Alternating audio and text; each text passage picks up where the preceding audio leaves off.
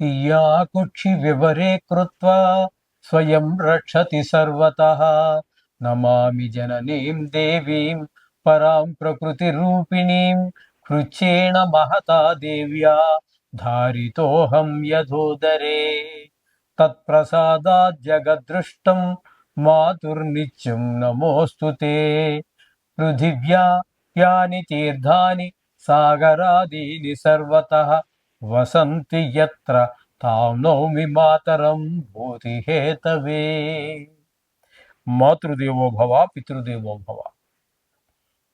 ఇప్పుడు మనము ఆగస్టు నెల 2026 సంవత్సరంలో గోచార ఫలితాలు ద్వాదశ రాశుల వారికి ఎట్లా ఉన్నాయి అనే విషయాన్ని మనం సశాస్త్రీయంగా తెలుసుకుందాము. శాస్త్రం కాకుండా ఒక్క మాట కూడా ఉండదండి. మిమ్మల్ని ఆనందపరచడం కోసం ఏవో లేనిపోని మీకు లక్షలు వస్తాయి, కోట్లు వస్తాయి, నువ్వు కోటీశ్వరుడు అయిపోతావు, పిల్లకి పెళ్ళి అయిపోతుంది, నీ వెనకాల 5 అమ్మాయిలు పడుతున్నారు, ఇలాంటివి ఏమీ ఉండవండి. శాస్త్రం ఎంతవరకు చెప్పిందో అంతవరకే. రాసి పెట్టుకుని బల్లగుద్ది చెబుతున్నా హరి హరాదులు, ఈ బోడిగాడు చెప్పేదానికి హరి విష్ణువు, హరుడు అంటే శివుడు, వీళ్ళు కూడా తప్పించలేరంట. ఇలాంటివన్నీ ఏం ఉండవండి. శాస్త్రం చెప్పినంత వరకు నేను చెప్తాను. అందుచేత మీరు శాస్త్రమే కావాలనుకుంటే దీన్ని చూడండి, మా ఛానల్స్. మిగతావి మీకు అలాంటి ఆనందాన్ని ఇచ్చేవి, చెవులకి ఆనందం, మనసుకి ఆనందం 5 నిమిషాలే, తర్వాత ఏమి ఉండదు. అది తర్వాత ఏడిపే. ఎందుకంటే మీరు దానికోసం ఎదురు చూసి డిసప్పాయింట్ అయిపోతాం, నిరాశ చెందుతాం, తర్వాత అంత దానివల్ల ప్రయోజనం. కాబట్టి శాస్త్రం కావాలంటే మాత్రం ఇప్పుడు మన ఛానల్ ఏ ఛానల్లో మీరు చూస్తున్నారో దీన్ని సబ్స్క్రైబ్ చేసుకోండి, మీరు యథార్థాన్ని తెలుసుకోండి చాలు. సింహరాశి వారికి ఆగస్టు నెల 2026 సంవత్సరంలో గోచార ఫలితాలు ఏ విధంగా ఉంటాయో తెలుసుకునే ప్రయత్నం చేద్దాము. ఇక్కడ సింహరాశి వారికి రవి యొక్క సంచారం తీసుకున్నట్టయితే వెనక రాశి అనేటువంటి కర్కాటకంలో 17 రోజులు ఉంటున్నారు. అది వ్యయస్థానం అంటారు దాన్ని. ఇక్కడ జన్మంలో 14 రోజులు సంచారం చేస్తున్నారు, ఎందుకంటే ఆగస్టు నెల 31 రోజులు కాబట్టి. అయితే ఇక్కడ ఈ రవి వ్యయస్థానంలో కానీ ఇటు జన్మంలో కానీ శుభ ఫలితములను ఇవ్వజాలరు. వ్యయస్థానంలో ఉన్నప్పుడు ధన వ్యయము, ధన నష్టము, అలాగే కొంతమందికి కలతర నష్టము, అలాగే కొంతమందికి కొన్ని దొంగ బుద్ధులు ఉన్న వాళ్ళు ఉంటారు కదా, తప్పుడు పనులు చేసేటవాళ్ళు, అటువంటి వాళ్ళకి కారాగార శిక్ష పడే అవకాశం కూడా ఈ సూర్యుడి వల్ల ఏర్పడుతూ ఉంది. అలాగే ఇంకా ఈ సింహరాశిలో శుక్రుని యొక్క సంచారం 2 రోజులు జరుగుతోంది. తదుపరి 31 రోజులకు గాను మిగతా 29 రోజులు మీకు ద్వితీయ స్థానంలో సంచారం చేస్తోంది. ఇక్కడ శుక్రుని మనం చెప్పుకోవాలంటే 2 స్థానాలలోనూ 2 రోజులు సంచారం చేసినా కూడా అటు సింహంలోనూ చాలా మంచి ఆలోచనలు, మంచి ప్రవర్తన, అంతా ఒక డివోషనల్గా ఉండటము, ఇవన్నీ కూడా వస్తూ ఉంటాయి ఆలోచనలు. ఈ విధంగా ఉంటుంది శుక్రుడి యొక్క ప్రవర్తన 2 రోజులు. 29 రోజులు ద్వితీయ స్థానంలో ఉన్న కారణంగా ధనానికి లోటు ఉండదు. మాట కూడా చాలా చక్కగా మాట్లాడటం, ఎదరవాడికి ఇంకా మాట్లాడితే బాగుండు ఈయన అనిపించేటట్టుగా విధంగా ఒక సబ్జెక్టు ఉంటుంది అనమాట. ఆ విధంగా మాట్లాడటము, అలాగే కుటుంబంలో కూడా ఆహ్లాదకరమైన పరిస్థితి ఉండటము ఉంది, ధనానికి లోటు రానివ్వడం.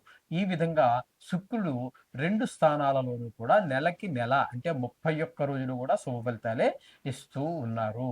ఇక సింహ రాశిలోనే కేతు యొక్క సంచారం జరుగుతోంది. కేతు యొక్క సంచారము జన్మంలో శుభ ఫలితములను ఇవ్వజాలదు. ఎట్లా అంటే అక్కడ వచ్చేటప్పటికి కేతువు మనకి చెడు ప్రవర్తన, చెడు వైపుకే ఆలోచనలు రావటము, ఇట్లాంటివి. ఇంతకుముందు కొంతమందికి కొంత వయసు అయిన వారు ఉన్నారనుకోండి ఈ రాశిలో వాళ్ళు, వారికి కొన్ని అలవాట్లు ఉంటే మరింత దానికి బానిస అవటం లాంటి ఫలితాలన్నీ కూడా ఏర్పడుతూ ఉంటాయి ఈ కేతువు వల్ల. ఇక చెప్పాలి అన్నట్టయితే సప్తమ స్థానంలో రాహుగ్రహ సంచారం జరుగుతోంది. ఈ సప్తమ స్థానంలో రాహుగ్రహ సంచారం వల్ల ఎవరైనా 2, 3, 4, 5 కలిసి ఒక భాగస్వామ్యంలో వ్యాపారం చేస్తున్నట్టయితే వారి మధ్యన అభిప్రాయ భేదం ఏర్పడే అవకాశం ఉంటుంది. అలాగే భార్యాభర్తల మధ్యన కూడా అభిప్రాయ భేదాలు ఉంటాయి. ఒకరికి కొంచెం ఇంట్లో కూడా ఎప్పుడు కానీ భిన్నాభిప్రాయాలు ఏర్పడినప్పుడు మనకి ఆహ్లాదకరమైన పరిస్థితి ఉండదండి ఇంట్లో. ఏదో వెళ్ళాలి, ఇంటికి వెళ్ళాలి, తినాలి, వెళ్తాం అంతవరకే ఉంటుంది కానీ మిగతావన్నీ కూడా సవ్యమైనటువంటి పద్ధతిలో నడవు వ్యవహారం. ఆ విధంగా ఉంటుంది కుటుంబ వ్యవహారంలో స్థానంలో రాహు వలన. ఇక అష్టమ స్థానంలో శని యొక్క సంచారం జరుగుతోంది. అష్టమ స్థానం అనేది ఆయుస్థానంలో ఆయుకారకుడైనటువంటి శని భగవానుడు. దీన్ని అష్టమ శని అంటారు. ఈ అష్టమ శని అనేటటువంటిది కొంచెం రాజదండన, పెద్ద దుఃఖం, మన వారే కావచ్చు, లేకపోతే బంధువులు కావచ్చు, ఎవరో మనం పూజనీయులుగా భావించేవాళ్ళు కావచ్చు, వాళ్ళకి ఎవరికో పెద్ద హఠాత్ మరణం సంభవించవచ్చు, ధన నష్టం జరగవచ్చు, అవమానాలు, పరాభవాలు, ఇవన్నీ కూడా ఎదుర్కోవాల్సినటువంటి పరిస్థితి వస్తుంది అష్టమ స్థానంలో శనిగ్రహ సంచారం వలన. ఇకపోతే దశమ స్థానంలో కుజుడు ఒక 2 రోజులు, అలాగే ఏకాదశ స్థానంలో 29 రోజులు సంచారం చేస్తున్నారు. దశమ స్థానంలో 2 రోజులు కాస్త పక్కన పెడితే, అంటే నెలలో మరి చాలా తక్కువ కదండి, 31 రోజుల్లో 2 రోజులు అంటే పెద్ద కాదు. అంటే ఆ 2 రోజులు దాని ప్రభావం ఉండదాని కాదు, ఉంటుంది, కానీ తక్కువ ఉంటుంది. 29 రోజులు ఇక్కడ మీకు ఏకాదశ స్థానంలో సంచారం చేస్తున్నారు కాబట్టి ధనానికి లోటు ఉండదు, ధనార్జన బాగుంటుంది. ఏ పని మొదలెట్టినా కూడా దాన్ని విజయవంతంగా పూర్తి చేయటం, ఇట్లాంటివన్నీ కూడా జరుగుతూ ఉంటాయి. ఈ విధమైన ఫలితాలన్నీ కూడా మనకి కుజ భగవానుడు ఇక్కడ ఈ సింహరాశి వారికి ఇవ్వబోతూ ఉన్నారు. ఇక్కడ బుధుని యొక్క సంచారం తీసుకున్నట్టయితే బుధుడు 5వ స్థానంలో, బుధుడు 5 రోజులు మాత్రము ఏకాదశి స్థానంలో, 5 రోజులు చాలా సుఫలితాలు ఇస్తాడు. తదుపరి 5వ స్థానం అయిపోయిన తర్వాత ఆయన ఏకా వ్యయ స్థానమైనటువంటి కర్కాటకంలో ప్రవేశిస్తూ ఉన్నారు. అక్కడ 24 రోజులు ఉంటారు. వ్యయ స్థానంలో బుధుడు శుభ ఫలితములను ఇవ్వజాలరు. ఏ విధమైన ఫలితాలు ఇస్తాడు వ్యయ స్థానంలో అంటే? ఆయన కూడా ధన వ్యయము, ధన నష్టము, కలత్ర నష్టము, మనోవిచారము, కొంతమంది ఎవరన్నా దుర్మార్గులు ఉంటే వాళ్ళకి కూడా కారాగార శిక్ష, ఈ విధమైన ఫలితాలని ఆయన కూడా ఇవ్వబోతూ ఉన్నారు. ఇకపోతే మనకి ఈ విధమైనటువంటి గురువును కూడా మనం చెప్పుకోవాలి. గురువు కూడా వ్యయ స్థానంలోనే సంచారం చేస్తూ ఉన్నారు.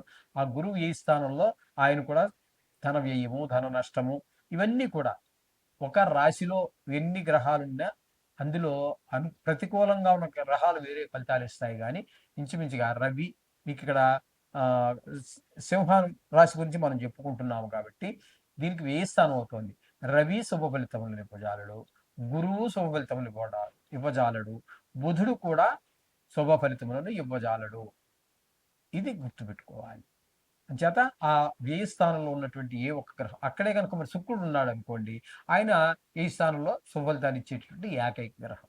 అలా ఉంటాయి పద్ధతులు. కొన్ని గ్రహాల యొక్క రాశిని బట్టి ఫలితాలు నిర్ణయం చేశారు. అందులో ఎక్కువ తక్కువ అనేటటువంటిదన్నీ మళ్ళీ మూర్తిమంతాన్ని బట్టి వస్తాయి. ఇక్కడ మీకు ఈ విధమైనటువంటి పరిస్థితి అంతా కనబడుతుంది సింహరాశి వారికి. కాబట్టి వీరికి శుక్రుడు పూర్తి అనుకూలంగా గోచరిస్తూ ఉన్నాడు. ఇక్కడ బుధుడు ఒక 5 రోజులు, కుజుడు మళ్ళీ ఏకాదశంలో ఉన్నారు కాబట్టి ఆయన మంచి ఫలితాన్ని ఇస్తూ ఉన్నారు.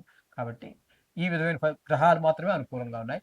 మిగతా గ్రహాలు కొంచెం ప్రతికూలంగా ఉన్నాయి. కాబట్టి మీరు మనం చెప్పుకుంటున్నట్టుగా నవగ్రహాల యొక్క పూజ చేసుకోండి. తగిన విధంగా ఎక్కువ గ్రహాలు మనకి ప్రతికూలంగా ఉన్నప్పుడు ధనాన్ని ఆచితూచి ఖర్చు పెట్టండి. అలాగే మాట్లాడేటప్పుడు కూడా కోపానికి పోవద్దు, కొంచెం నిదానించండి. ఈ మాట అనొచ్చా, అనకూడదా అని. లేకపోతే మాట వలనే మనకి మనుషులు దూరం అయిపోతూ ఉంటారు. అదే ఒకటి గుర్తుపెట్టు. శుభం భూయా.